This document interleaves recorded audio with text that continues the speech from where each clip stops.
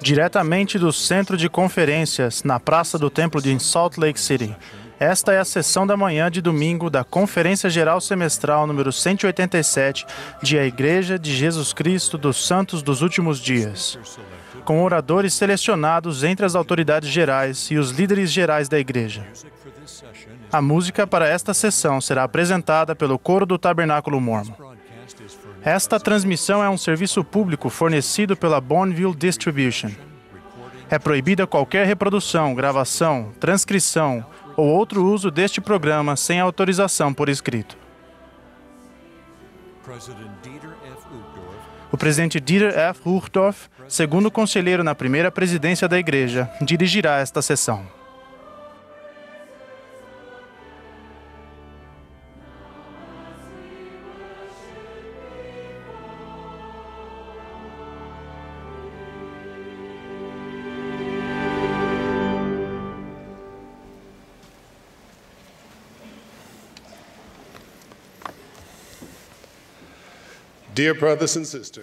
Queridos irmãos e irmãs, queridos amigos, sejam bem-vindos à sessão da manhã de domingo da Conferência Geral Semestral número 187 de A Igreja de Jesus Cristo dos Santos dos Últimos Dias. Nesta bela manhã de outono, expressamos nosso amor ao presidente Thomas S. Monson, que está assistindo à conferência em casa. O Dr. Robert D. Hales, que está ausente das sessões desta conferência, também está sendo lembrado em nossas orações. Estendemos nossa calorosa saudação a vocês que participam desta conferência em todo o mundo, por meio do rádio, da televisão, da internet ou de transmissão via satélite. Reconhecemos as autoridades gerais e os líderes gerais que estão presentes nesta manhã. A música para esta sessão será apresentada pelo Coro do Tabernáculo Mórmon, sob a regência de Mac Wilberg, com Andrew Answorth e Clay Christensen ao órgão.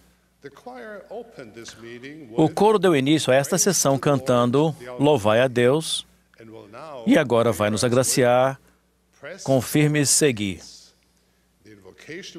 A oração de abertura será oferecida pelo Elder Michael T. Ringwood, dos 70.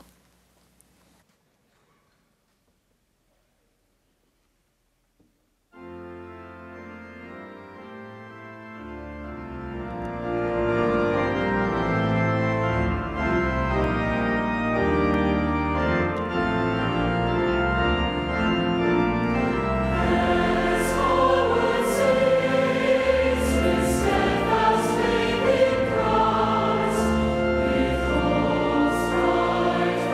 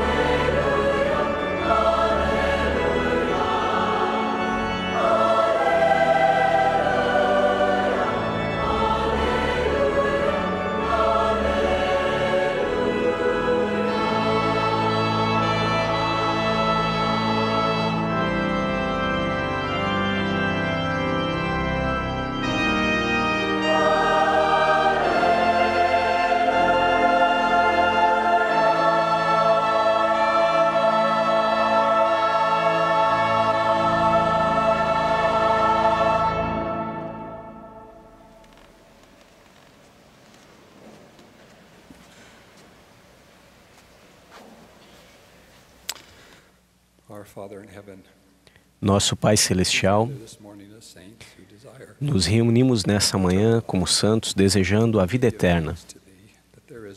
Agradecemos a Ti pelo perfeito esplendor de esperança que encontramos no sacrifício expiatório do Senhor Jesus Cristo. Desejamos uma porção do Teu Espírito conosco e oramos para que tenhamos fé em Ti e em Teu Filho Jesus Cristo, para fortalecer a juventude, nossas famílias, a comunidade e o mundo. E por isso oramos em nome de Jesus Cristo. Amém.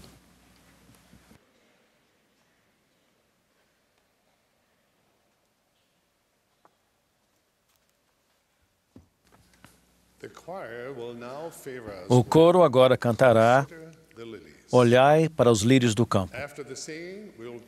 Após o hino, teremos o prazer de ouvir a irmã Jean B. Bingham, presidente-geral da Sociedade de Socorro.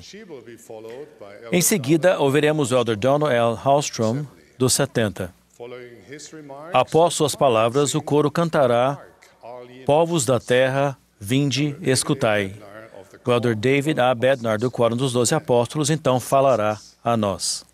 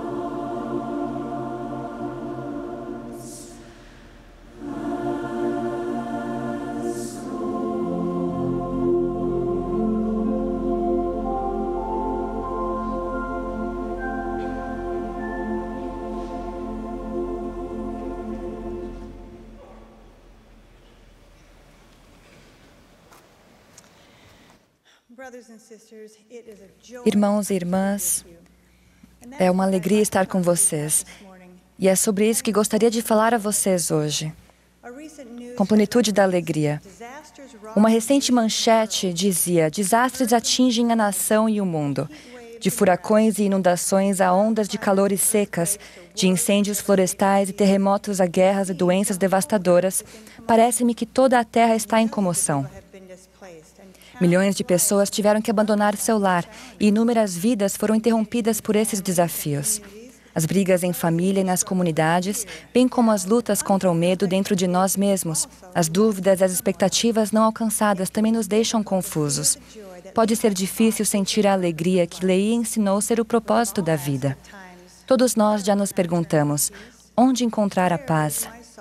E o consolo? Perguntamos, como posso encontrar alegria apesar das dificuldades da vida mortal? A resposta pode parecer simples demais, mas tem provado ser verdadeira desde os dias de Adão. Encontramos alegria duradoura quando nos concentramos no Salvador Jesus Cristo e vivemos o Evangelho como foi demonstrado e ensinado por Ele. Quanto mais conhecermos, tivermos fé e seguirmos Jesus Cristo, mais passaremos a entender que Ele é a fonte de toda a cura, paz e progresso eterno. Ele convida todos a se achegarem a Ele. Um convite que o presidente Henry B. Eyring caracterizou como o convite mais importante que qualquer pessoa poderia aceitar. Como nos achegamos a Ele? Em abril passado, o presidente Russell M. Nelson e o elder M. Russell Ballard nos incentivaram a estudar o Cristo vivo, como parte de nosso aprendizado sobre o Salvador. Muitos aceitaram o desafio e foram abençoados. Recentemente, uma amiga muito querida deu a cada um de seus filhos adultos exemplares de O Cristo Vivo, com gravuras de Evangelho, para ilustrar cada frase. Ela incentivou os filhos a ajudarem seus netos a entender o Cristo Vivo e a memorizá-lo. Algum tempo depois, minha amiga compartilhou um vídeo de sua neta de 6 anos, Lainey, recitando sua versão decorada de O Cristo Vivo, com entusiasmo e autoconfiança. Percebi que se uma criança de 6 anos de idade conseguiu memorizá-lo, eu também consigo. Ao estudar a vida e os ensinamentos de Jesus Cristo com mais atenção e memorizar o Cristo vivo, minha gratidão e meu amor pelo Salvador aumentaram. Cada frase desse documento inspirado contém um sermão e melhorou o meu entendimento dos papéis divinos do Salvador e de sua missão terrena. O que aprendi e senti durante esse período de estudo e reflexão confirma que Jesus verdadeiramente é a luz, a vida e a esperança do mundo. As escrituras antigas e as palavras dos profetas dos últimos dias, escritas ou faladas em louvor a Ele, prestam testemunho de que seu caminho é aquele que conduz à felicidade nesta vida e à vida eterna no mundo vindouro. Ao estudarem de várias maneiras a vida e os ensinamentos de Cristo, sua fé nele aumentará. Vocês saberão que Ele os ama individualmente e os entende perfeitamente. Em seus 33 anos de mortalidade, Ele sofreu rejeição, perseguição, fome, sede e cansaço físico, solidão, maus tratos físicos e verbais e, por fim, uma dolorosa morte nas mãos de homens pecadores. No jardim do Getsemane e na cruz do Calvário, Ele sentiu todas as nossas dores, aflições, tentações, doenças e enfermidades. Não importa qual seja nosso sofrimento, Jesus Cristo é a fonte da cura. Aqueles que passaram por quaisquer tipos de maus tratos, perda devastadora, doenças crônicas ou aflições debilitantes, acusações falsas, perseguição cruel ou dano espiritual devido ao pecado ou aos desentendimentos, podem ser todos salvos pelo Redentor do mundo. No entanto, Ele não vai entrar sem ser convidado. Precisamos nos achegar a Ele e permitir que Ele realize seus milagres. Num belo dia de primavera, deixei a porta aberta para apreciar o ar fresco. Um pequeno pássaro voou para dentro e então percebeu que ali não era o lugar onde queria estar. Desesperadamente, ele voou pela sala, se debatendo repetidas vezes contra a janela de vidro, tentando escapar. Tentei guiá-lo gentilmente para a porta aberta, mas ele ficou com medo e disparou de um lado para o outro. Finalmente, pousou exausto em cima das cortinas da janela. Peguei uma vassoura e lentamente a ergui até onde o pássaro aflito tinha pousado. Quando segurei a vassoura perto de suas patas, O pássaro pisou hesitante nas cerdas. Aos poucos, bem devagar, caminhei até a porta aberta, segurando a vassoura o mais firme que podia. Assim que chegamos à porta aberta, o pássaro voou rapidamente para a liberdade. Como aquele pássaro, às vezes temos medo de confiar, porque não entendemos o perfeito amor e o desejo de Deus de nos ajudar. Mas quando estudamos o plano do Pai Celestial e a missão de Jesus Cristo, entendemos que o único objetivo deles é nossa felicidade e progresso eternos. Eles se deleitam em nos ajudar quando pedimos, buscamos e batemos. Quando exercemos fé e humildemente abrimos nosso coração para suas respostas, nós nos tornamos livres das limitações de nossa falta de entendimento e de nossas suposições e conseguimos visualizar o caminho a seguir. Jesus Cristo também é a fonte de paz. Ele nos convida a confiar em seus braços abertos e promete a paz que excede todo entendimento, um sentimento que temos quando o seu Espírito nos enche a alma de paz, apesar dos desafios que nos cercam. Quer sejam desafios pessoais, problemas familiares ou crises na comunidade, teremos paz ao confiarmos que o Filho unigênito de Deus tem poder para acalmar nossa alma sofrida. Snježana Podvinski, uma das poucas pessoas que é membro da igreja em Karlovac, Croácia, confiou no Salvador quando seu marido e seus pais morreram em um período de 6 meses no ano passado. Triste, mas com um testemunho de que as famílias são eternas, ela usou todas as suas economias para viajar ao templo da Suíça, onde foi selada a seu marido e a seus pais. Ela contou que aqueles dias no templo ficaram marcados em sua vida. Por causa de seu firme testemunho de Jesus Cristo e sua expiação, ela sentiu paz e vivenciou uma cura que também fortaleceu aqueles ao seu redor. A fé em Jesus Cristo traz ainda mais dádivas além de cura e paz. Como o presidente Henry B. Eyring compartilhou, sou grato às muitas maneiras pelas quais o Senhor me confortou com o Consolador quando precisei de paz.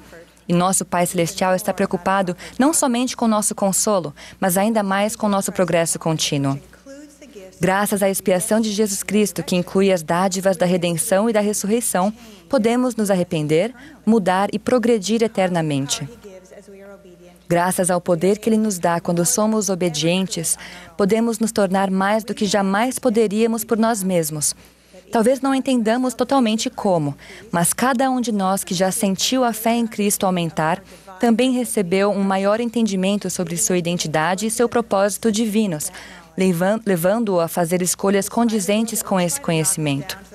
A despeito de um mundo que tentará nos reduzir ao nível de um ser irracional, saber que Deus é nosso Pai nos dá a certeza de que temos potencial divino e promessa de realeza. Apesar do mundo nos dizer que esta vida é um beco sem saída, saber que o Filho unigênito de Deus possibilitou que fôssemos redimidos e ressuscitados nos dá a esperança de progresso eterno. Quando aprendemos mais sobre Jesus Cristo, desenvolvemos mais fé nele e naturalmente queremos seguir seu exemplo. Guardar seus mandamentos se torna nosso maior desejo. Nosso coração anseia por aliviar o sofrimento das pessoas como Ele fez e queremos que elas vivenciem a paz e a felicidade que encontramos. Por que tentar agir como Ele agiu é algo tão poderoso? Porque quando colocamos nossa fé em ação, o Espírito Santo presta testemunho da verdade eterna. Jesus ensina seus discípulos a guardar os mandamentos, porque Ele sabe que ao seguirmos seu exemplo, começaremos a sentir alegria. E ao seguirmos seus caminhos, chegaremos à plenitude da alegria. Ele explicou: Tenho-vos dito essas coisas para que a minha alegria permaneça em vós e a vossa alegria seja completa. Será que nosso testemunho está edificado sobre o alicerce de Jesus Cristo e seu Evangelho? Quando somos pressionados pelas tempestades da vida, procuramos desesperadamente um manual de instruções ou uma publicação na internet para obter ajuda? Ao reservarmos um tempo para edificar e fortalecer nosso conhecimento e testemunho de Jesus Cristo, seremos ricamente abençoados nos momentos de provação e adversidade. Ler diariamente as Escrituras e ponderar as palavras dos profetas vivos, fazer oração pessoal e significativa, tomar o sacramento atentamente todas as semanas, prestar serviço como o Salvador. Cada uma dessas atividades simples se torna parte do alicerce de edificação de uma vida feliz. O que lhes traz alegria? Ver seus entes queridos ao final de um longo dia? A satisfação de um trabalho bem feito? A luz nos olhos de uma pessoa quando vocês aliviam seu fardo? As palavras de um hino que tocam profundamente seu coração? O aperto de mão de um bom amigo? Reservem um momento para refletir sobre suas bênçãos e encontrem maneiras de compartilhá-las. Ao estenderem a mão para servir e elevar seus irmãos e suas irmãs em sua vizinhança ou no mundo todo, vocês sentirão mais paz, cura e progresso. Vinde a Cristo. Testifico que ao centralizar sua vida em Jesus Cristo, vocês terão alegria em qualquer situação. De fato, somente em Cristo paz real encontraremos. Reservem um tempo para conhecer Jesus Cristo por meio do estudo diligente, desenvolvendo mais fé nele e se esforçando para se tornarem cada vez mais semelhantes a Ele. Ao fazê-lo, também seremos levados a dizer: graças damos a Deus pela incomparável dádiva de seu Filho divino. No sagrado nome de Jesus Cristo. Amém.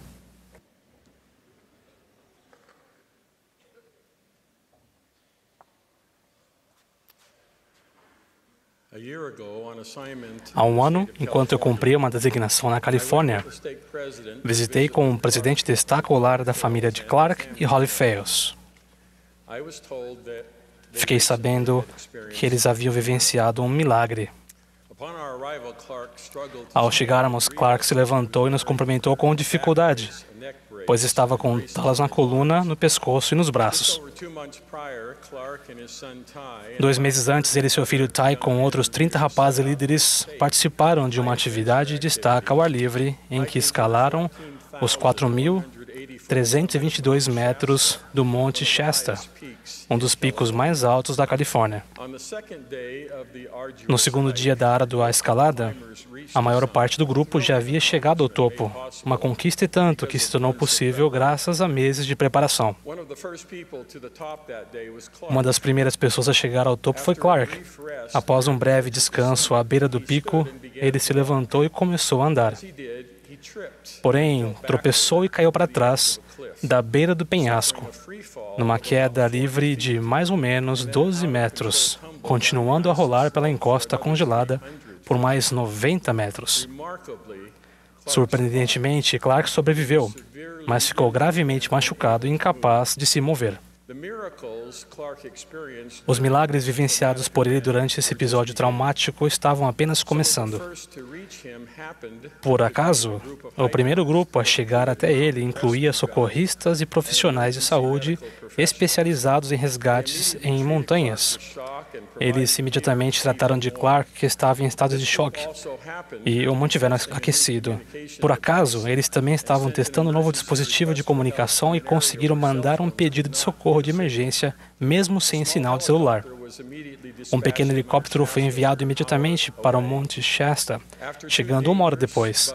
Após 2 perigosas tentativas frustradas de pouso, numa altitude que desafiava os limites da aeronave e lutando contra os ventos traiçoeiros, o piloto iniciou a 3ª e última tentativa. Quando o helicóptero se aproximou por um ângulo diferente, os ventos, por acaso, se acalmaram, e a aeronave pousou pelo tempo necessário para que os socorristas rapidamente colocassem Clark no compartimento atrás do assento do piloto. Na avaliação feita em um centro especializado em traumas, os exames de Clark revelaram múltiplas fraturas no pescoço, nas costas, nas costelas e nos pulsos, uma perfuração no pulmão, vários cortes e várias escoriações.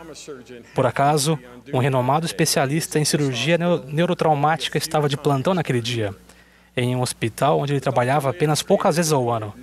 O médico disse posteriormente que nunca tinha visto alguém sobreviver após sofrer tantos danos na medula espinhal e nas artérias carótidas.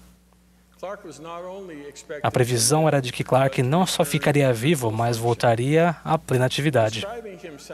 Por ser agnóstico, o cirurgião relatou que aquele caso ia contra todo o seu conhecimento científico sobre danos neurológicos, podendo ser descrito apenas como um milagre.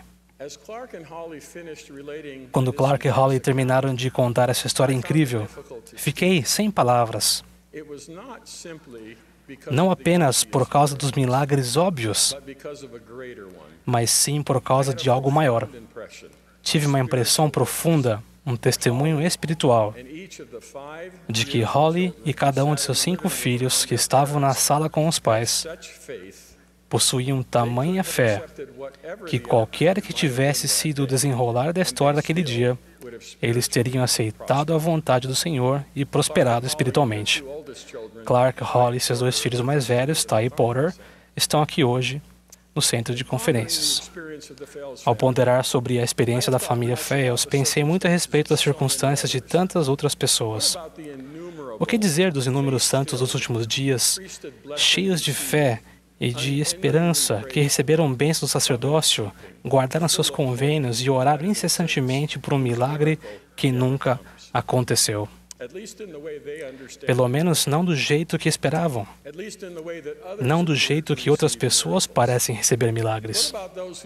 O que dizer daqueles que passam por graves aflições físicas, mentais, emocionais, durante anos, décadas, ou mesmo durante toda a vida mortal?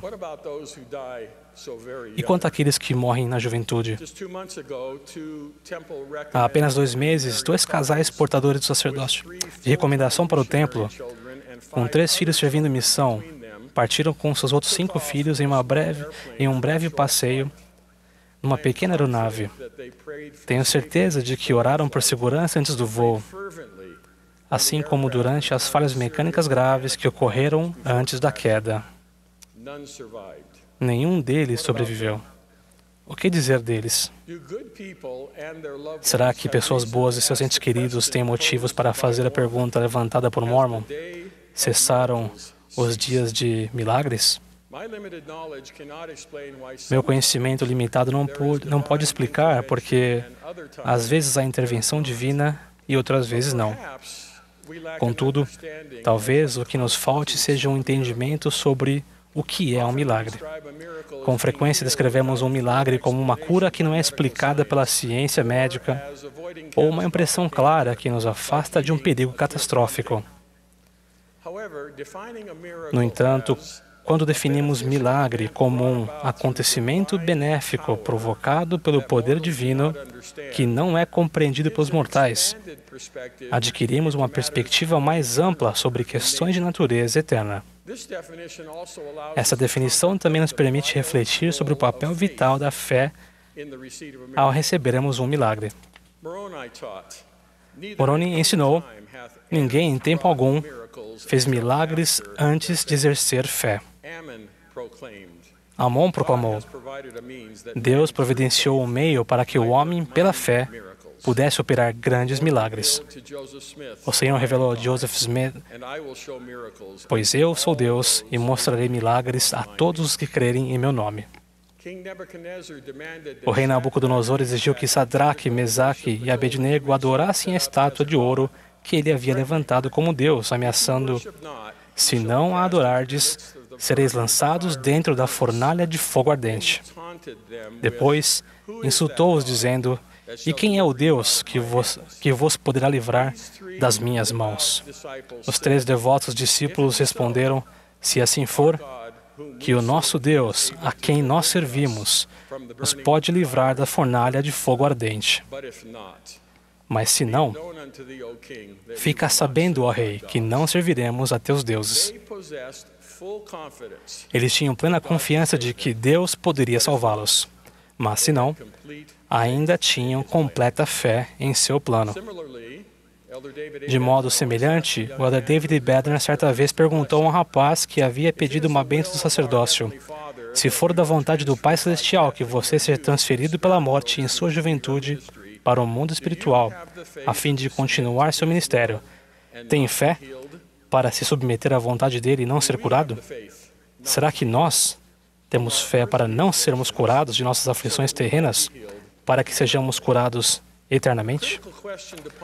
Uma questão de vital importância é: onde edificamos nossa fé? Estaria ela focalizada unicamente em sermos libertados da dor e do sofrimento, ou firmemente centralizada em Deus, o Pai, e em seu santo plano, e em Jesus Cristo e sua expiação? A fé no Pai e no Filho permite que entendamos e aceitemos Sua vontade ao nos prepararmos para a eternidade. Hoje, presto testemunho dos milagres. Ser um filho de Deus é um milagre. Receber um corpo à sua imagem e semelhança é um milagre. A dádiva do Salvador é um milagre. A expiação de Jesus Cristo é um milagre. O potencial para a vida eterna é um milagre. Embora seja bom orar e trabalhar por nossa proteção e cura física durante a existência mortal, nosso maior foco devem ser os milagres espirituais disponíveis para todos os filhos de Deus. Não importa nossa etnia ou nacionalidade, não importa o que fizemos, caso nos arrependamos, não importa o que foi feito contra nós, todos temos o mesmo acesso a esses milagres. Estamos vivendo um milagre e outros milagres estão à espera. Em nome de Jesus Cristo. Amém.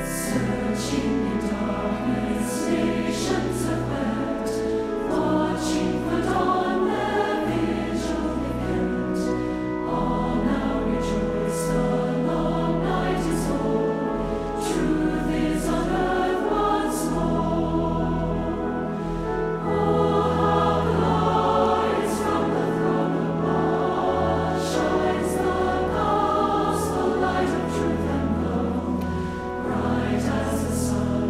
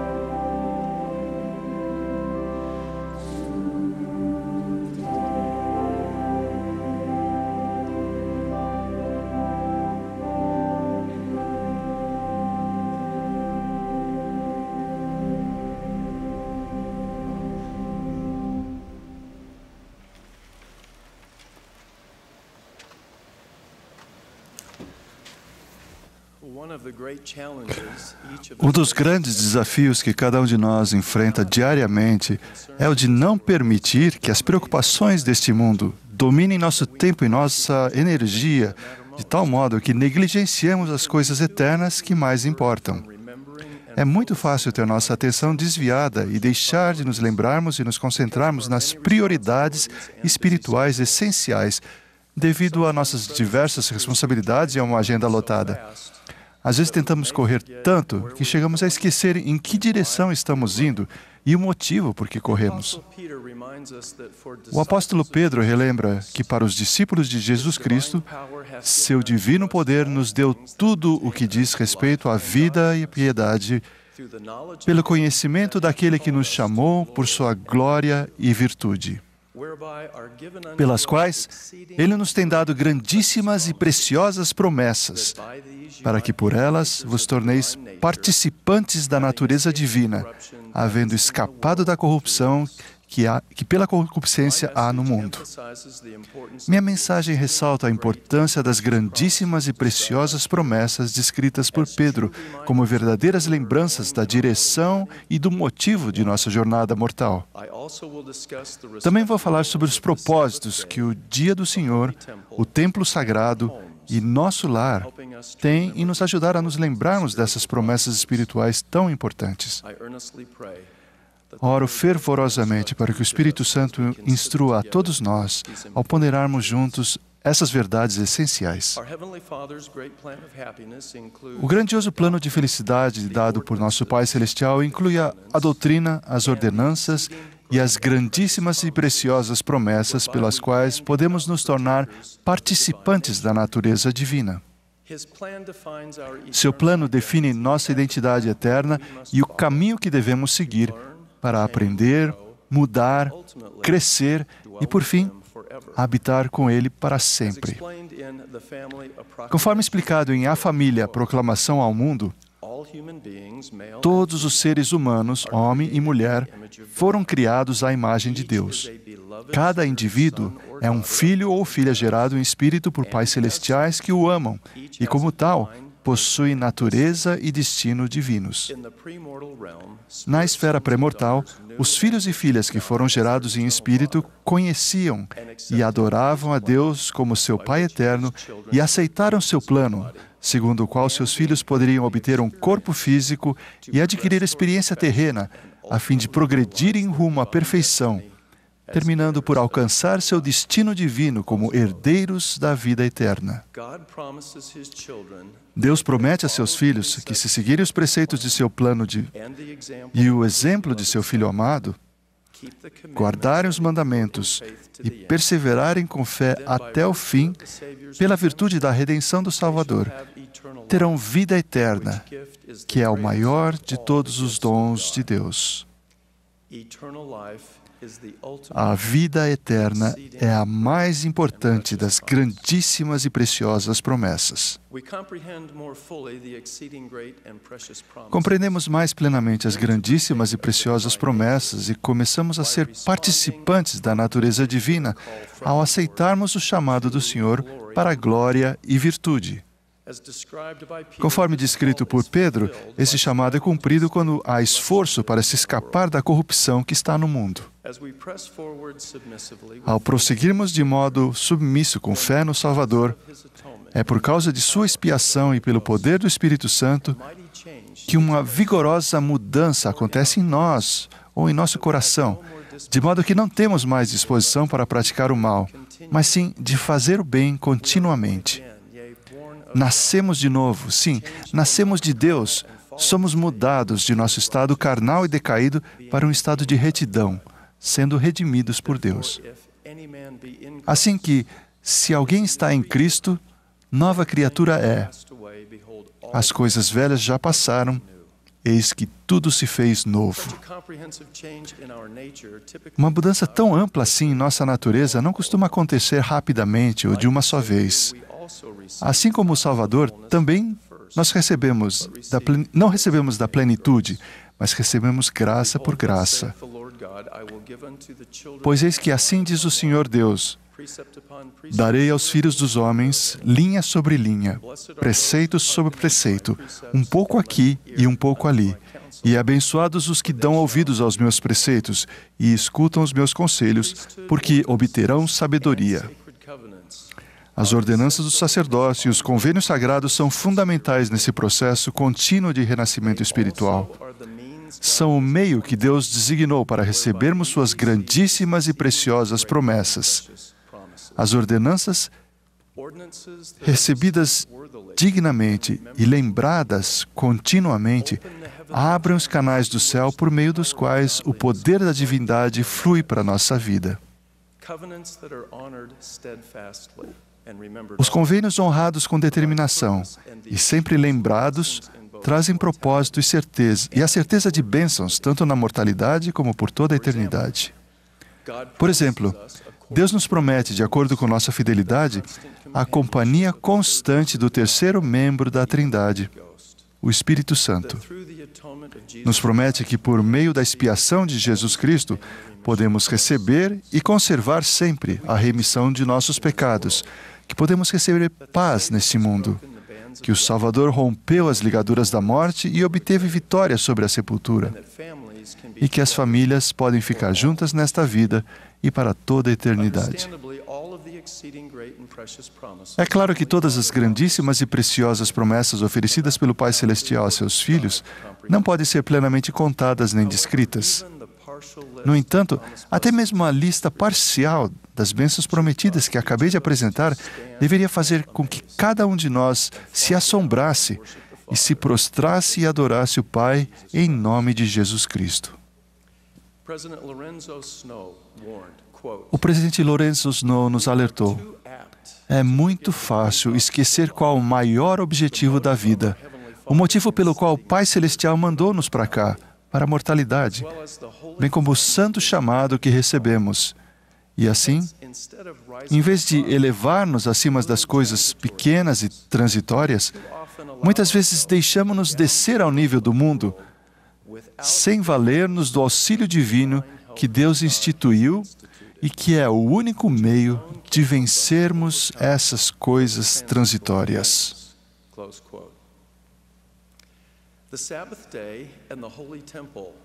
O dia do Senhor e o templo sagrado são duas fontes específicas de auxílio divino instituídas por Deus para nos auxiliar a nos elevar acima do nível e da corrupção do mundo.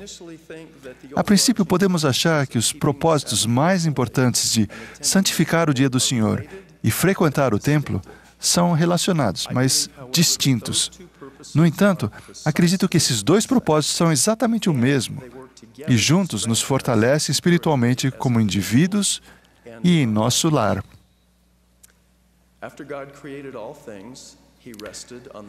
Depois que Deus criou todas as coisas, Ele descansou no sétimo dia e ordenou que um dia por semana fosse um período de descanso para auxiliar as pessoas a se lembrarem dele.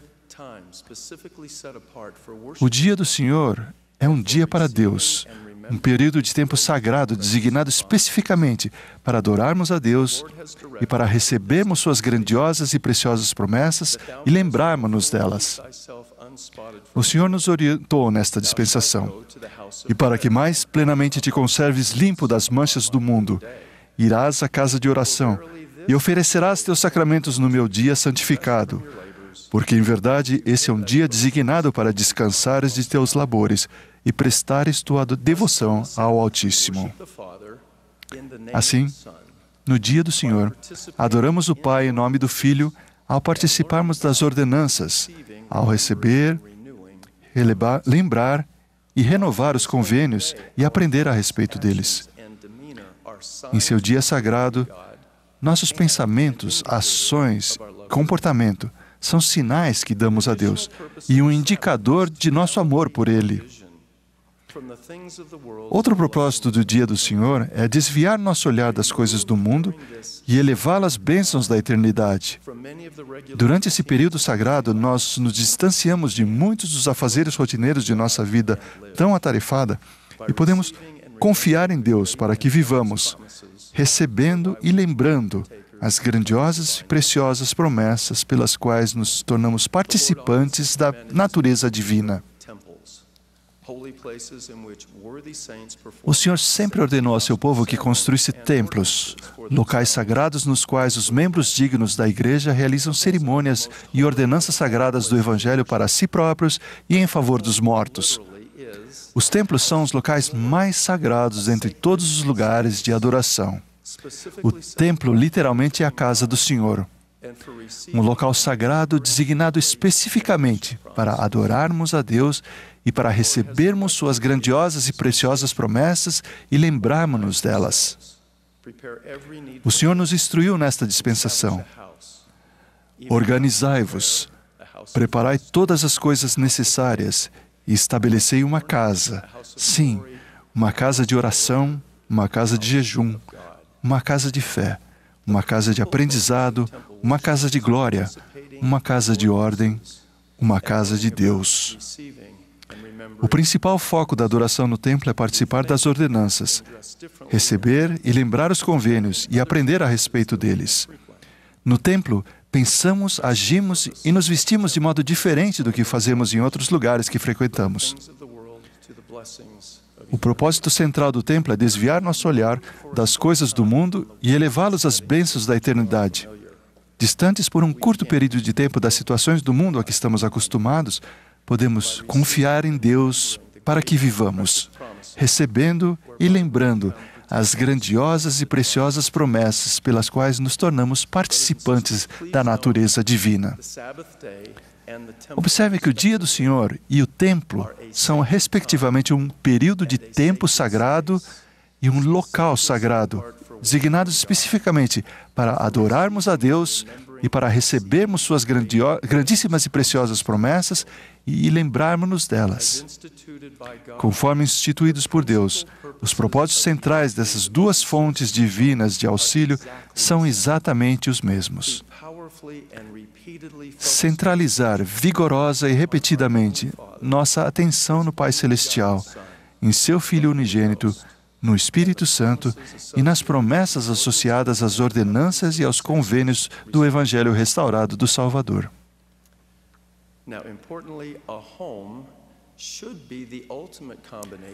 É importante notar que o lar deve ser a principal combinação de tempo e local em que as pessoas e as famílias se lembram de modo mais eficaz das grandiosas e preciosas promessas de Deus. Deixar nosso lar para passar um tempo nas reuniões de domingo e para entrar no local sagrado que é o templo é essencial, mas não é suficiente.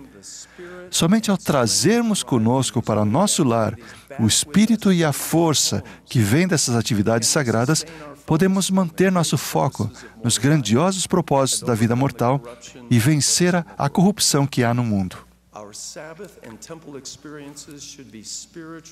Nossas experiências no dia do Senhor e no templo devem ser catalisadoras espirituais que trazem à memória das pessoas, da família e ao nosso lar lembranças contínuas de lições aprendidas, a presença e o poder do Espírito Santo, uma conversão contínua e profunda a Jesus Cristo e um perfeito esplendor de esperança nas promessas eternas de Deus.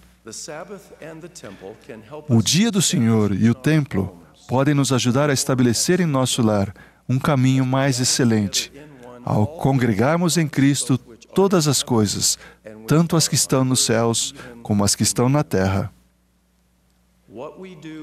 O que fazemos em nosso lar com seu tempo sagrado e com o que aprendemos em seu local sagrado é crucial para nos tornarmos participantes da natureza divina.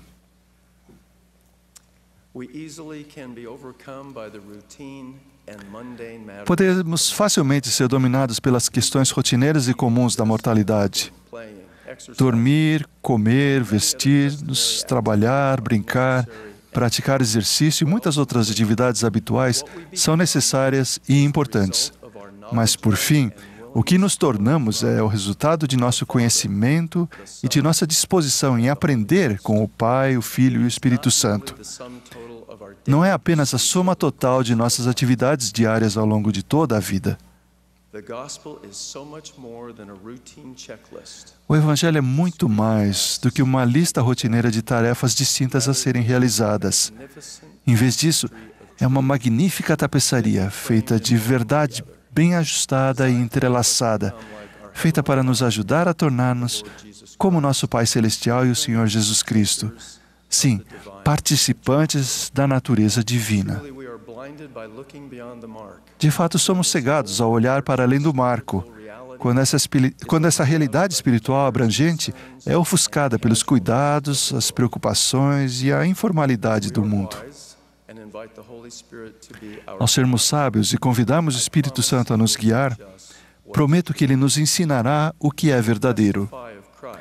Ele testifica de Jesus e o caminho vem mostrar que nos leva ao céu e à luz, à medida que nos esforçamos para cumprir nosso destino eterno e para nos tornarmos participantes da natureza divina.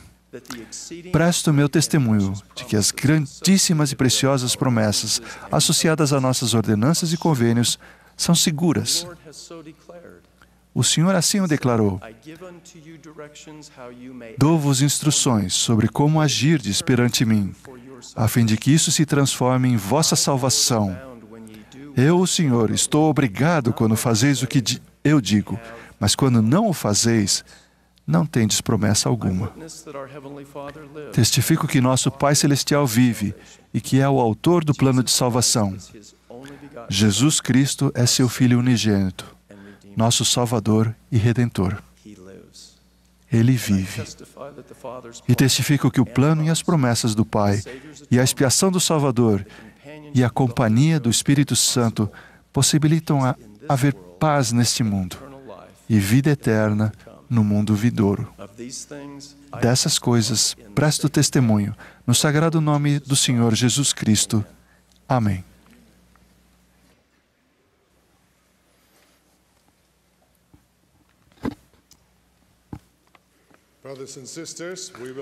Irmãos e irmãs, o coro e a congregação agora cantarão juntos Glória a Deus Cantai.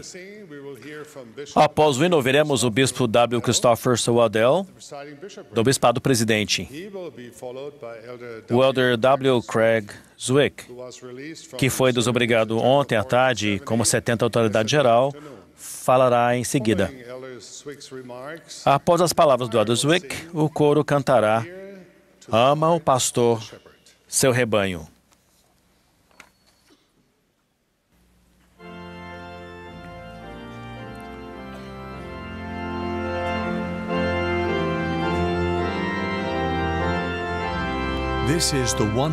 Esta é a Conferência Geral Semestral número 187 de A Igreja de Jesus Cristo dos Santos dos Últimos Dias.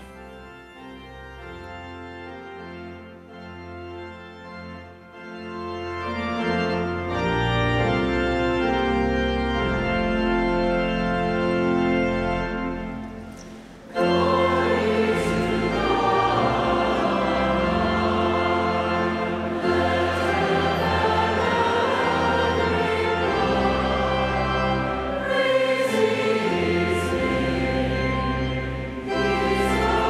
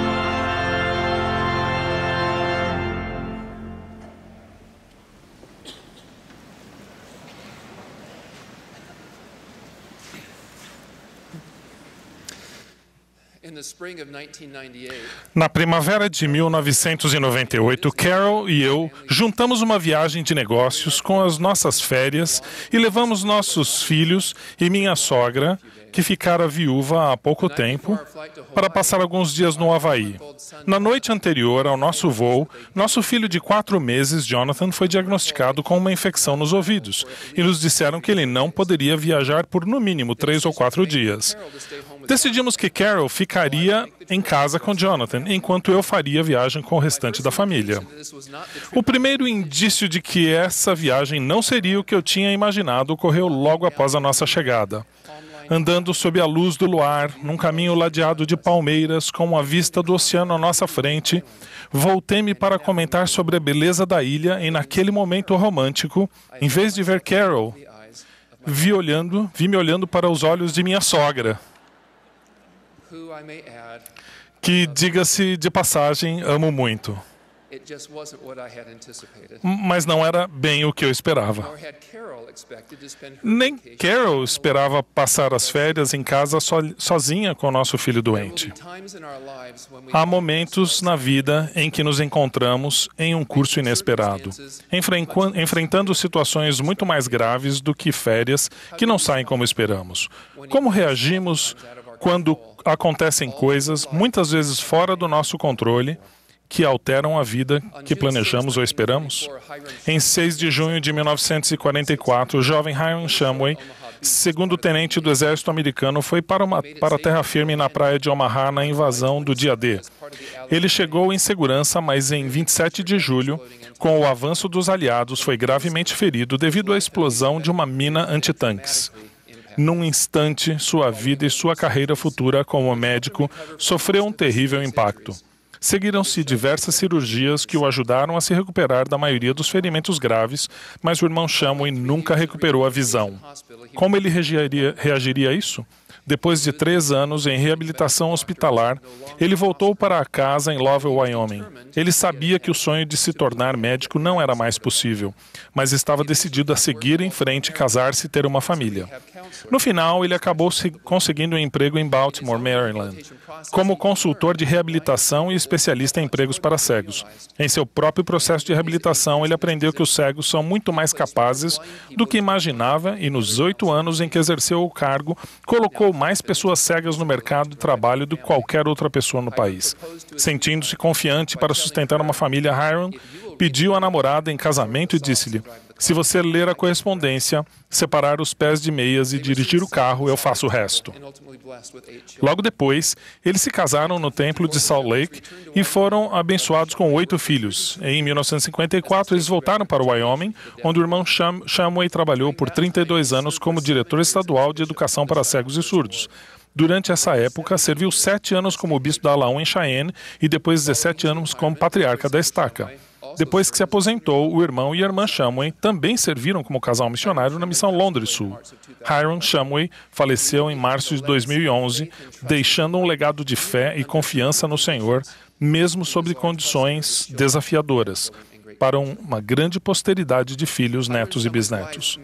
A vida de Hiram Shumway pode ter mudado por causa da guerra, mas ele nunca duvidou de sua natureza divina e de seu potencial eterno.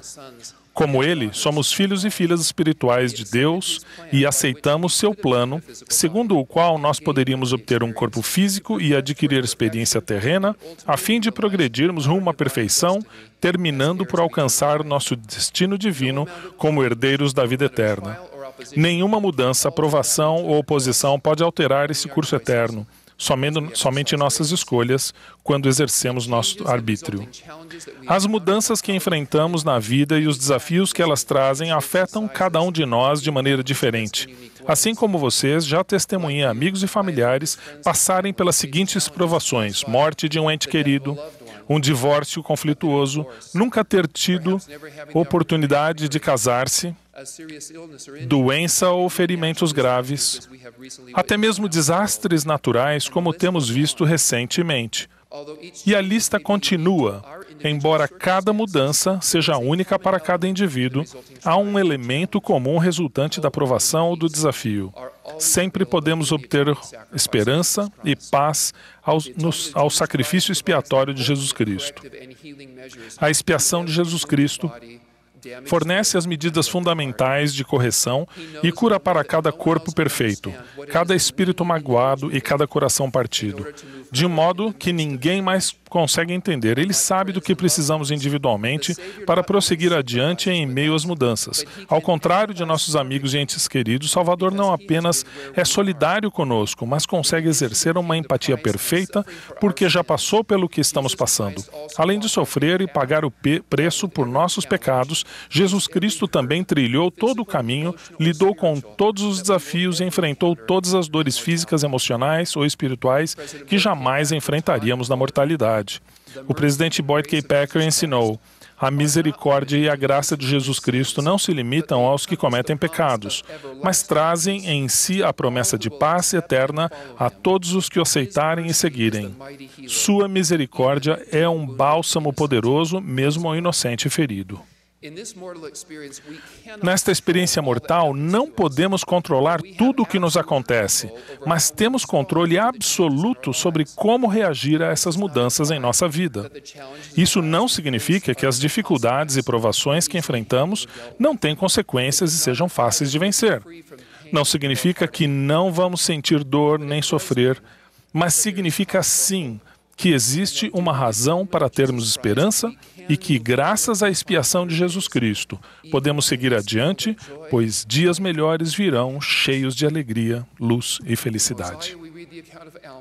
Em Mosias, lemos um relato de Alma, o ex-sacerdote do rei Noé, no qual ele avisou seu povo e partiram para o deserto adiante dos exércitos do rei Noé. Depois de 8 dias chegaram a uma terra muito bela e agradável, onde armaram suas tendas e começaram a cultivar o solo e a construir edifícios. A situação então parecia promissora. Eles tinham aceitado o Evangelho de Jesus Cristo, tinham sido batizados e feito o convênio de que iriam servir ao Senhor e guardar seus mandamentos. E se multiplicaram e prosperaram grandemente na terra. No entanto, a situação logo mudaria. Um exército dos Lamanitas se encontrava nas fronteiras da terra. Alma e seu povo foram colocados em cativeiro logo depois, e suas aflições eram tão grandes que começaram a clamar fervorosamente a Deus. Além disso, seus captores ordenaram-lhes que parassem de orar e decretaram que fosse morto quem quer que encontrassem clamando a Deus. Alma e seu povo não tinham feito nada para merecer essa situação nova. Como reagiriam? Em vez de culparem a Deus, eles se voltaram para ele e abriram o coração. Em resposta à sua fé e orações, o Senhor disse: "Tende bom ânimo, aliviarei as cargas que são colocadas sobre vossos ombros, de modo que não as podereis sentir sobre vossas costas." Logo depois, o Senhor fortaleceu-os para que pudessem carregar seus fardos com facilidade, e submeteram-se de bom grado e com paciência a toda a vontade do Senhor. Embora ainda não tivessem sido libertados do cativeiro por terem se voltado para o Senhor e não contra ele, foram abençoados de acordo com suas necessidades e a sabedoria dele. O Elder Oaks ensinou: as bênçãos de cura vêm de várias formas, cada uma adaptada a nossas necessidades individuais, que são conhecidas por aquele que mais nos ama. Às vezes, a cura elimina nossa doença ou alivia nosso fardo. Em outras ocasiões, porém, somos curados ao recebermos forças, compreensão ou paciência para suportarmos os fardos recebidos. No final, tão grande era a sua fé e paciência que Alma e seu povo foram libertados pelo Senhor e renderam graças a Deus, porque estavam no cativeiro e ninguém os poderia libertar, exceto o Senhor seu Deus. A triste ironia é que muitas vezes os que estão passando necessidade se afastam da fonte perfeita da ajuda, nosso Salvador, Jesus Cristo. Um relato escriturístico bem conhecido sobre a serpente de bronze ensina que temos uma escolha diante dos desafios. Depois que muitos dos filhos de Israel foram picados por serpentes voadoras ardentes, um símbolo foi levantado a fim de que todo aquele que o olhasse vivesse. E muitos olharam e viveram. Mas houve muitos tão obstinados que nem quiseram olhar e, portanto, pereceram. Como os antigos israelitas, também somos convidados e encorajados a olhar para o Salvador e viver, pois o seu jugo é suave e o seu fardo é leve, até mesmo quando o nosso é pesado. Alma, o Filho, ensinou essa sagrada verdade quando disse: sei que aqueles que confiarem em Deus serão auxiliados em suas tribulações, em suas dificuldades, em suas aflições, e serão elevados no último dia. Nestes últimos dias, o Senhor nos deu vários recursos, nossas serpentes de bronze, todas preparadas para nos ajudar a olhar para Cristo e colocar nossa confiança nele. Lidar com as dificuldades da vida não significa ignorar a realidade, mas decidir onde vamos nos concentrar e qual será nosso alicerce.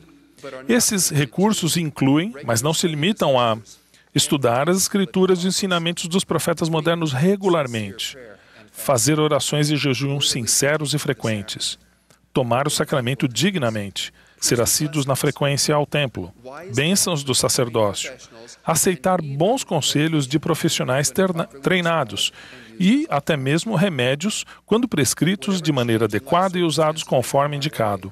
Sejam quais forem as mudanças que ocorrerem em nossa vida e sejam quais forem os caminhos inesperados que tenhamos de trilhar, somos nós que escolhemos como vamos reagir. Voltar-se para o Senhor e agarrar seus braços que estão estendidos para nós é sempre a melhor opção.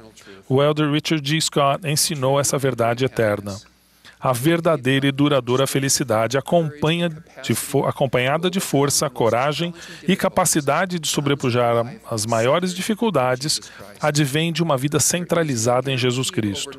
Não há nenhuma garantia de resultados instantâneos, mas existe a certeza absoluta de que no tempo do Senhor as soluções virão, a paz prevalecerá e o vazio será preenchido. Presto testemunhos destas verdades, em nome de Jesus Cristo. Amém.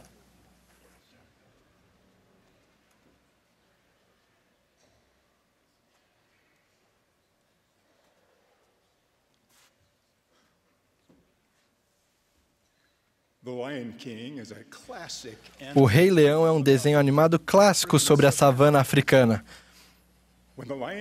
Quando o Rei Leão morre, salvando o filho, o pequeno príncipe leão é forçado a ir para o exílio, enquanto um governante tirano destrói o equilíbrio da savana. O príncipe leão reivindica o reino com a ajuda de um mentor. Seus olhos são abertos e ele enxerga a necessidade de haver equilíbrio no grandioso ciclo da vida na savana. Ao reivindicar seu lugar de direito como rei, o jovem leão é aconselhado a enxergar além do que ele podia ver. Ao aprendermos a nos tornar herdeiros de tudo que nosso Pai possui, o Evangelho nos ensina a enxergar além do que vemos. Para fazer isso, é preciso ver outras pessoas através dos olhos do Salvador. O Evangelho é capaz de influenciar os mais variados tipos de pessoas. Não conseguimos compreender plenamente as escolhas e a formação psicológica das pessoas em nosso mundo, na igreja e até mesmo em nossa família, porque raramente temos uma visão completa de quem elas são. Devemos olhar para além das ideias pré-concebidas e dos estereótipos fáceis e ampliar a visão limitada de nossa própria experiência. Meus olhos se abriram para que eu enxergasse além do que podia ver. Quando servi como presidente de missão, um jovem elder entrou com um olhar receoso e, ao iniciarmos nossa entrevista, disse-me, com um ar abatido: quero ir para casa. Pensei, bem, podemos dar um jeito.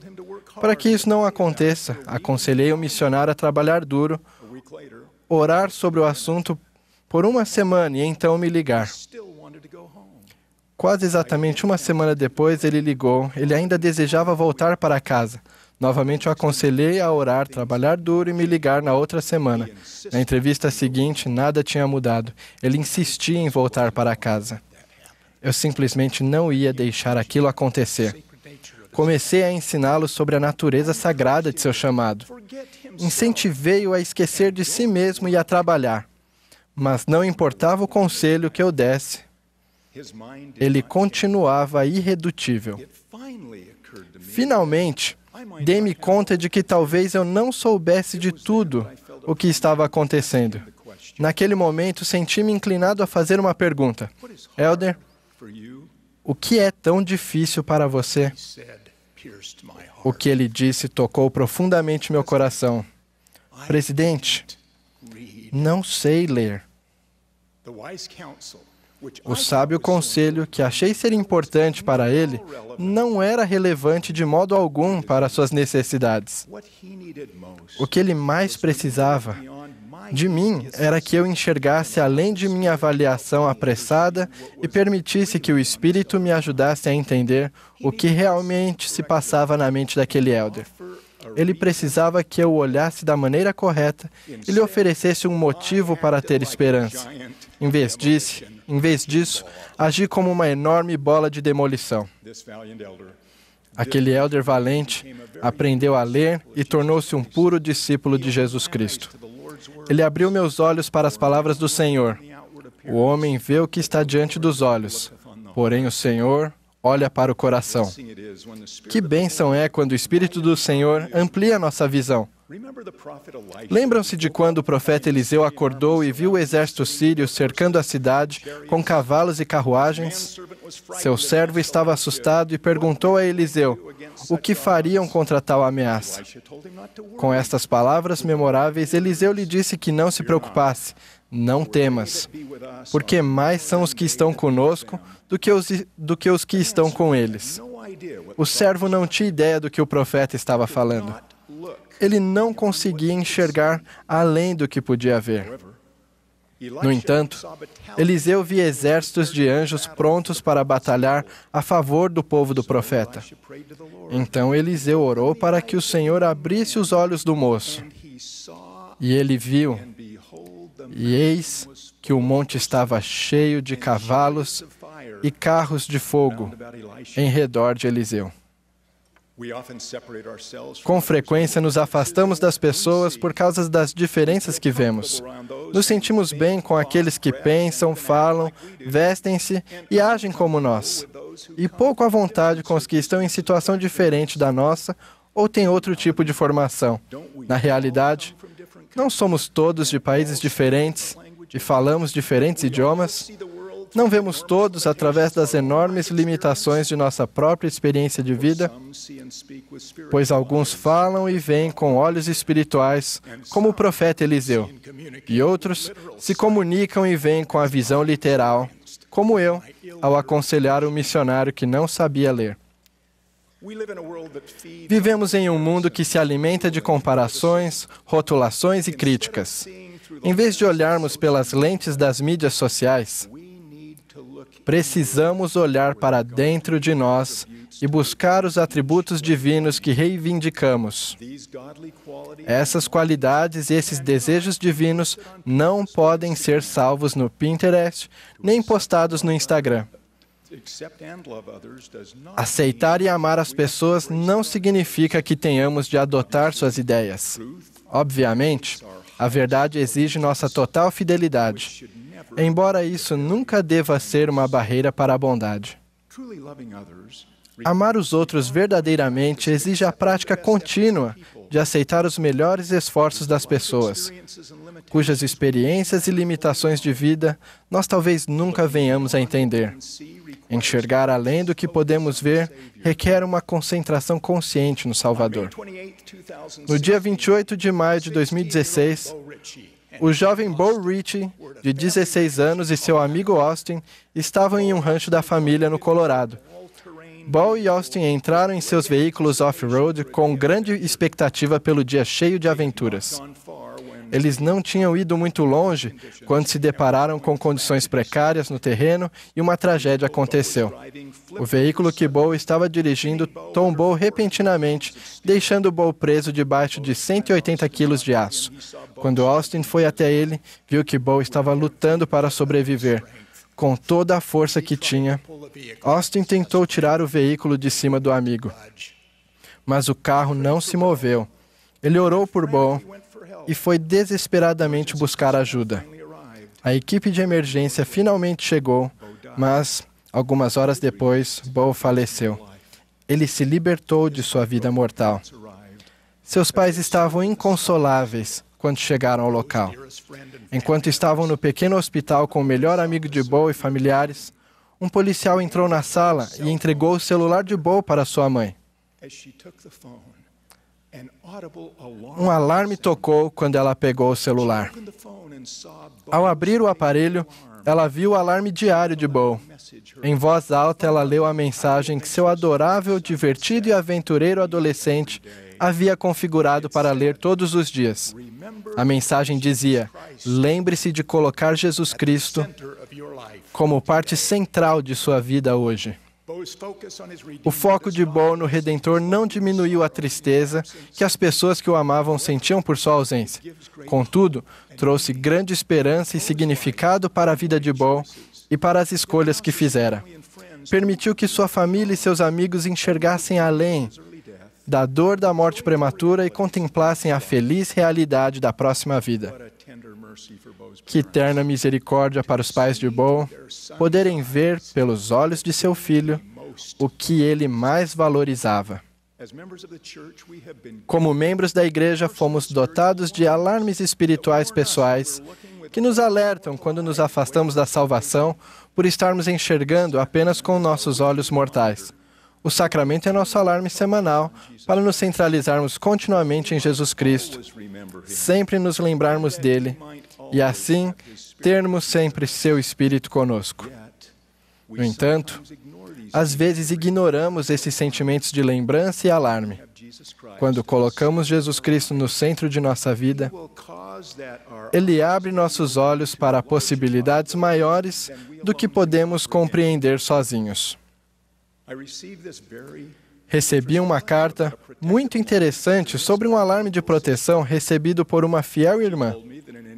Ela contou que, ao se esforçar para ajudar o marido a entender como ela se sentia, começou a fazer uma lista no celular das coisas que ele fazia ou dizia que a irritavam. Ela achou que estava compilando uma prova escrita para que, na hora certa, pudesse mostrar a ele o que faria com que o marido desejasse melhorar. No entanto, em um domingo, enquanto partilhava do sacramento e se concentrava na expiação do Salvador, ela percebeu que documentar seus sentimentos negativos pelo marido estava, na verdade, afastando o espírito, e isso nunca mudaria o marido. Um alarme espiritual tocou no coração dela, dizendo: esqueça, deixe tudo isso de lado. Apague as anotações, elas não vão ajudar.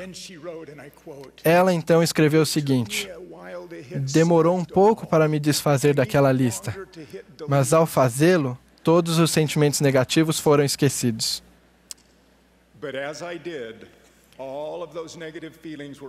Meu coração ficou repleto de amor.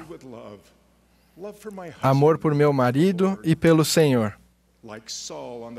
Assim como Saulo na estrada para Damasco, sua visão mudou. A camada da distorção foi retirada de seus olhos. O Salvador com frequência abria física e espiritualmente os olhos dos cegos. Abrir nossos olhos para as verdades divinas, literal e figurativamente, prepara-nos para sermos curados da incapacidade mortal de ver além das aparências. Quando damos atenção aos alarmes espirituais, que nos lembram da necessidade de corrigir o curso ou de ampliar a perspectiva eterna, recebemos a promessa sacramental de ter seu Espírito conosco. Isso aconteceu com Joseph Smith e Oliver Cowdery no tempo de Kirtland, quando verdades importantes foram ensinadas por Jesus Cristo, que lhes prometeu que o véu das limitações mortais seria retirado de sua mente e seriam abertos os olhos de seu entendimento. Testifico que, por meio do poder de Jesus Cristo, somos capazes de enxergar espiritualmente além do que vemos literalmente. Ao nos lembrarmos dele e termos conosco seu Espírito, nossos olhos do entendimento serão abertos. Então a grande realidade da divindade que há em cada um de nós ficará gravada mais plenamente em nosso coração. Em nome de Jesus Cristo. Amém.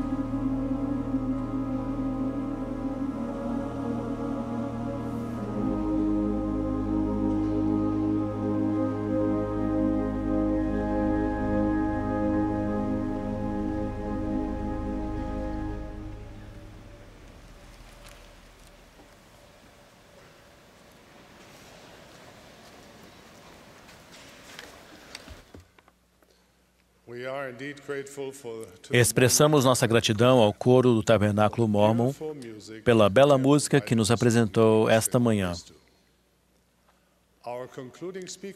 O último orador desta sessão será o presidente Henry B. Eyring, primeiro conselheiro na primeira presidência.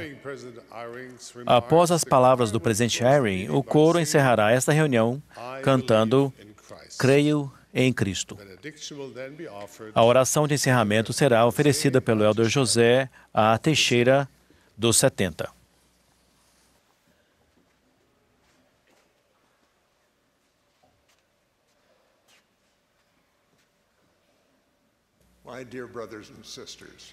Queridos irmãos e irmãs, oro humildemente para que o Espírito do Senhor esteja conosco enquanto falo a vocês hoje.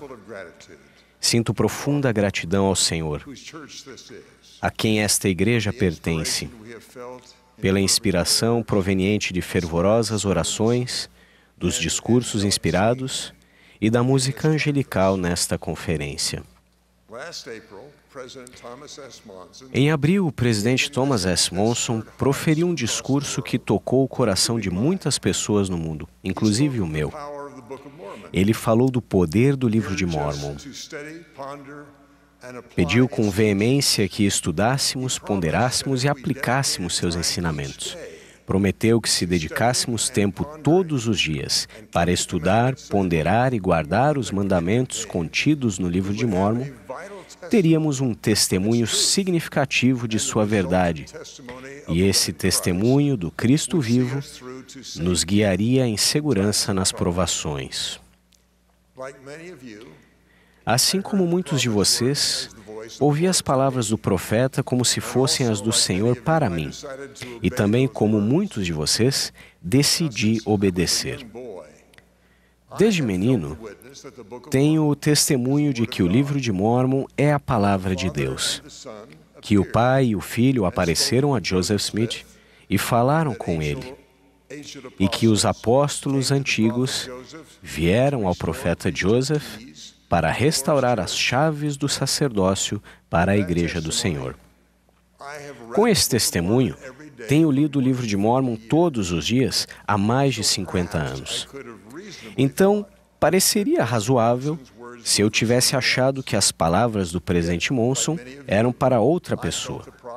Contudo, assim como muitos de vocês, o incentivo do profeta e sua promessa me encorajaram a fazer um esforço maior.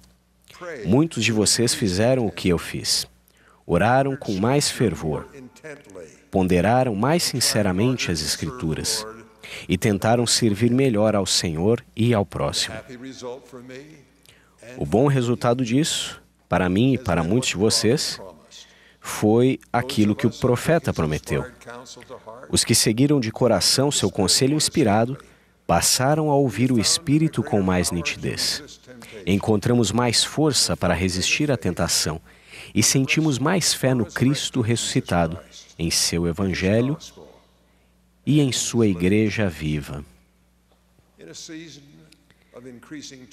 Numa época em que o mundo está em tumulto cada vez mais intenso, esse fortalecimento do testemunho dissipa as dúvidas e o medo e nos traz paz. Ter dado ouvidos ao conselho do presidente Monson teve mais 2 efeitos maravilhosos em mim. Primeiro, o espírito que ele prometeu deixou-me otimista em relação ao que o futuro reserva, mesmo com o crescente caos no mundo. E segundo, o Senhor tem dado a mim e a vocês uma porção ainda maior de seu amor pelos que sofrem. Temos sentido mais desejo de socorrer as pessoas.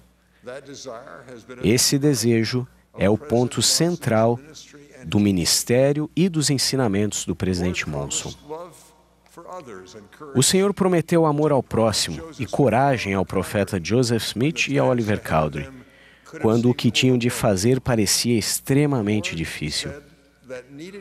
O Senhor disse que obteriam a coragem de que necessitavam, tendo fé nele como sua rocha. Não tenhais receio de praticar o bem, meus filhos, pois o que semeardes, isso colhereis. Portanto, se semeardes o bem, colhereis o bem como vossa recompensa. Portanto, não temais, pequeno rebanho. Fazei o bem.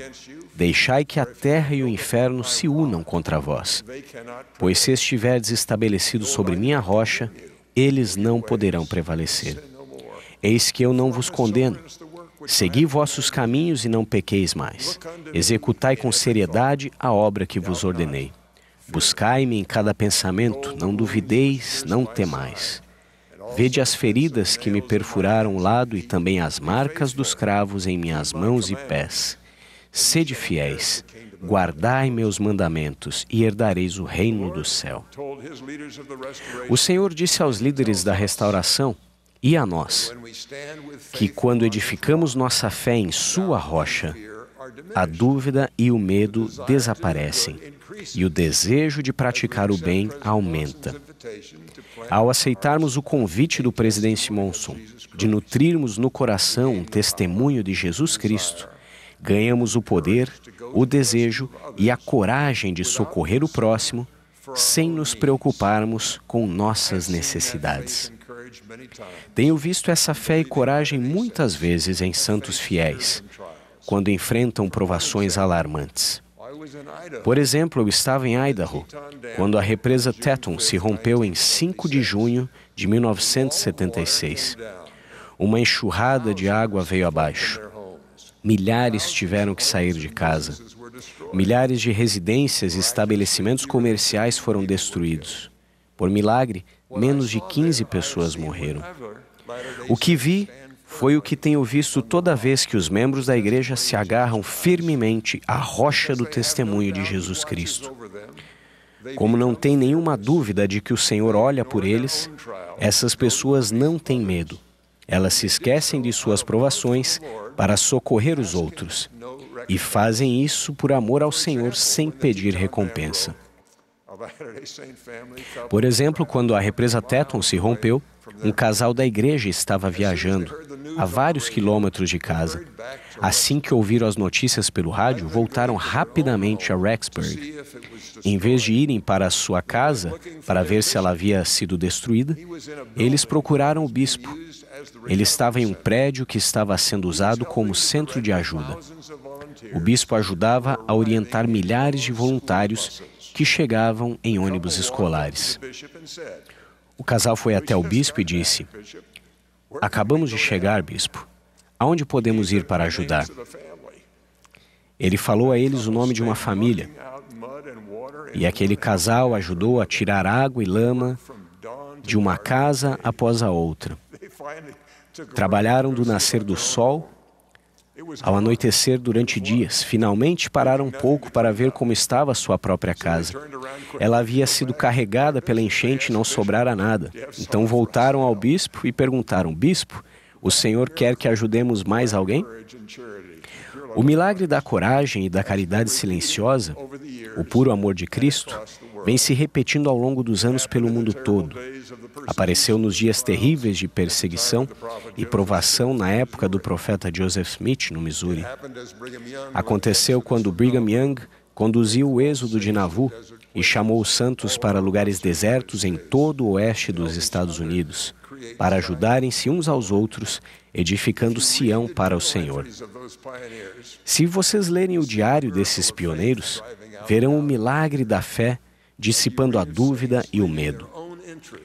Vão ler sobre os santos que deixaram de lado seus próprios interesses para ajudar outros em favor do Senhor, antes de cuidarem das próprias ovelhas ou do próprio campo que não tinha sido arado. Vi esse mesmo milagre alguns dias atrás na destruição causada pelo furacão Irma, em Porto Rico, em São Tomás e na Flórida, onde membros da igreja se juntaram a pessoas de outras religiões, grupos da comunidade local e organizações nacionais para iniciar a limpeza da região. Assim como meus amigos em Rexburg, um casal de não-membros da Flórida concentrou-se em ajudar a comunidade, em vez de cuidar de seu próprio lar.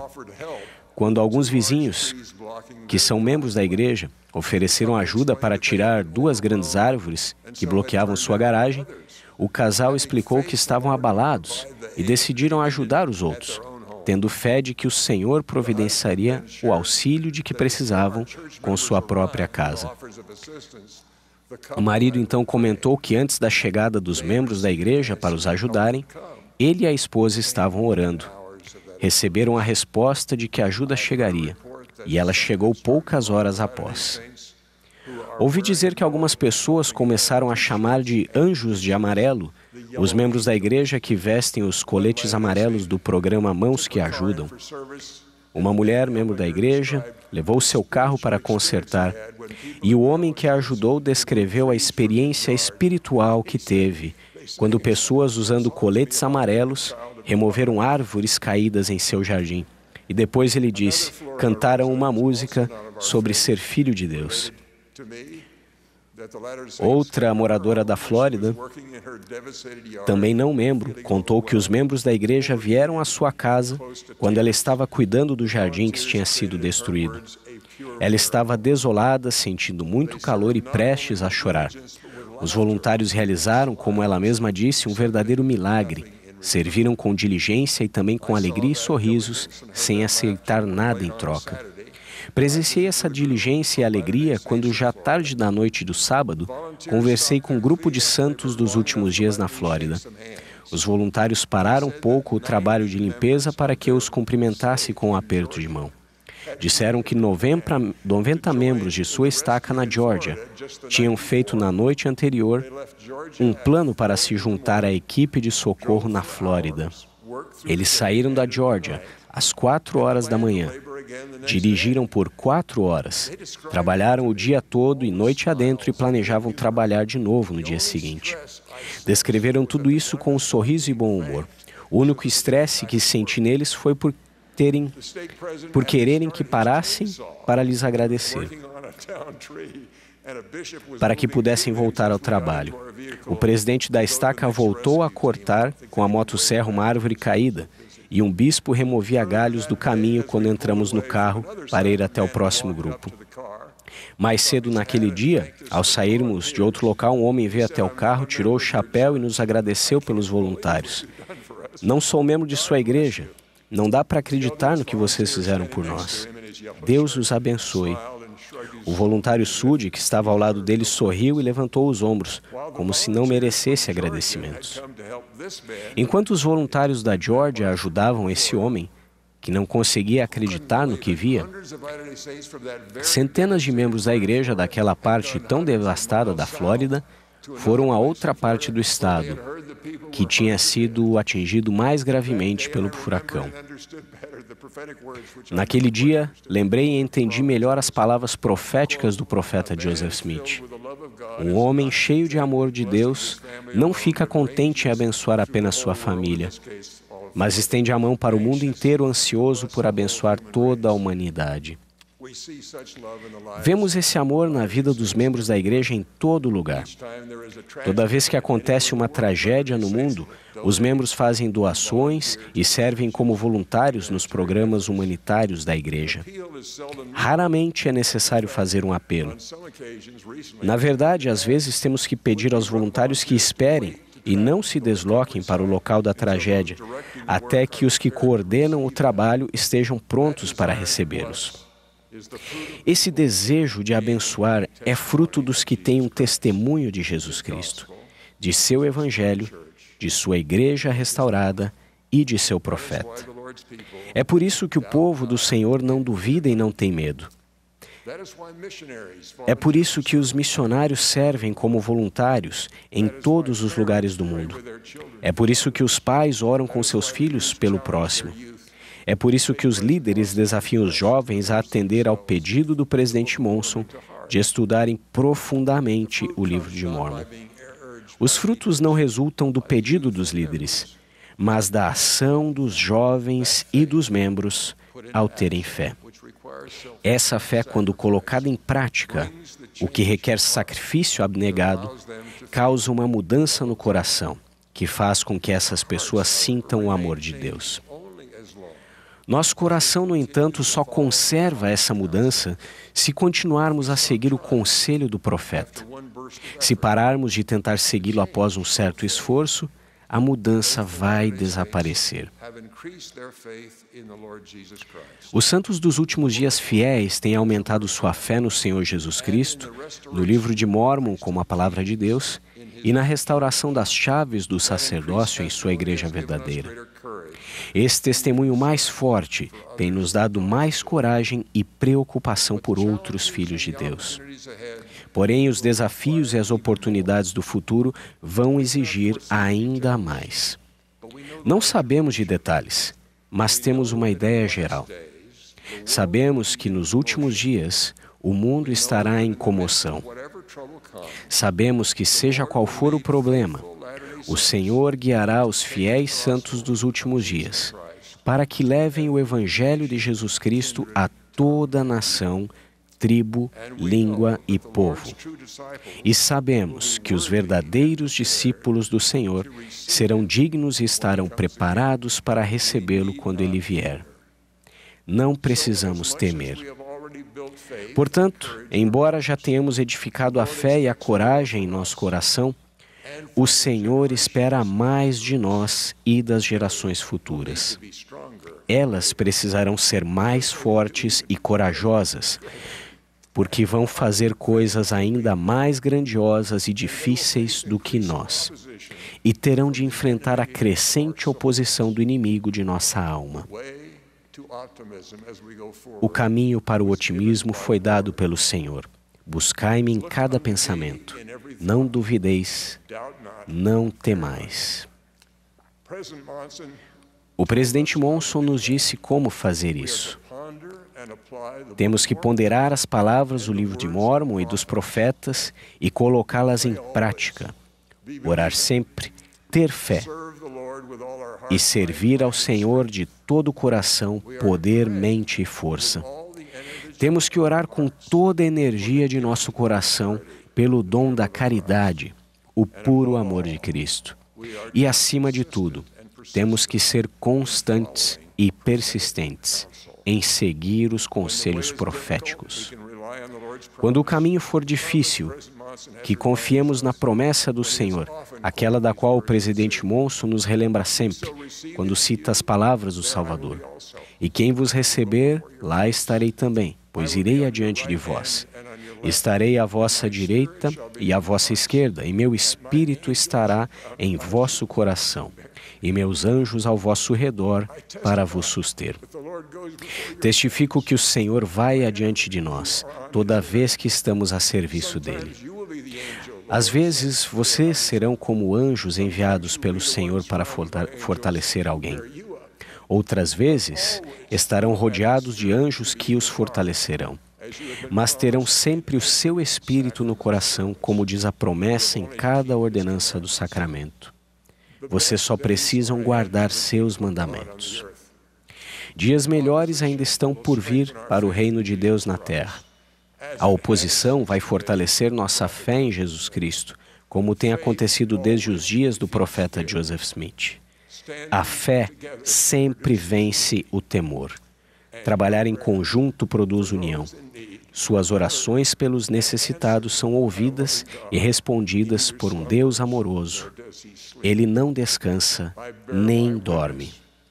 Presto-lhes meu testemunho de que Deus, o Pai, vive e quer que voltemos para casa. Esta é a verdadeira igreja do Senhor Jesus Cristo. Ele conhece vocês. Ele os ama e cuida de vocês. Ele expiou por nossos pecados e pelos pecados de todos os filhos do Pai Celestial. Segui-lo em sua vida e no serviço ao próximo é o único caminho para a vida eterna. Disso testifico e deixo com vocês minha bênção e meu amor. Em nome de Jesus Cristo. Amém.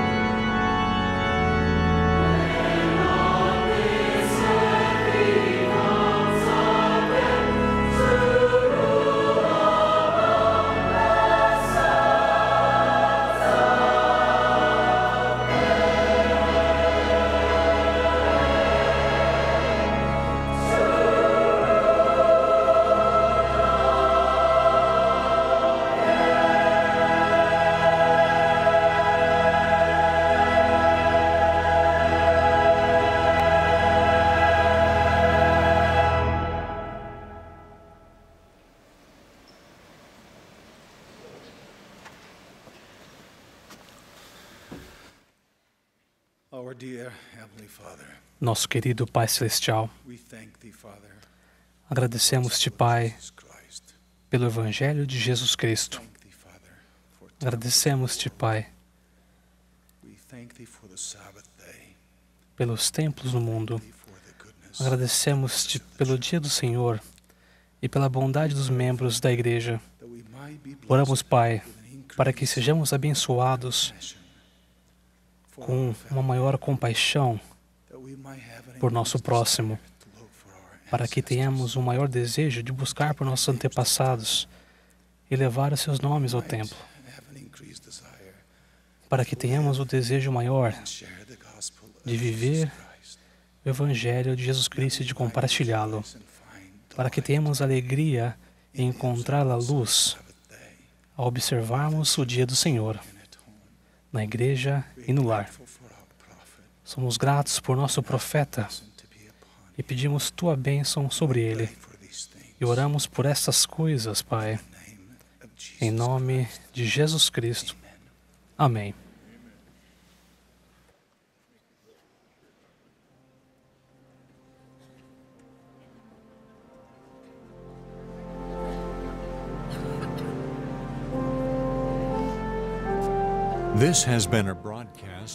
Essa foi uma transmissão da Conferência Geral Semestral número 187 de A Igreja de Jesus Cristo dos Santos dos Últimos Dias. Os oradores foram selecionados entre as autoridades gerais e os líderes gerais da Igreja. A música foi apresentada pelo Coro do Tabernáculo Mormon. Essa transmissão foi fornecida como serviço público pela Bonneville Distribution. É proibida qualquer reprodução, gravação, transcrição ou outro uso deste programa sem autorização por escrito.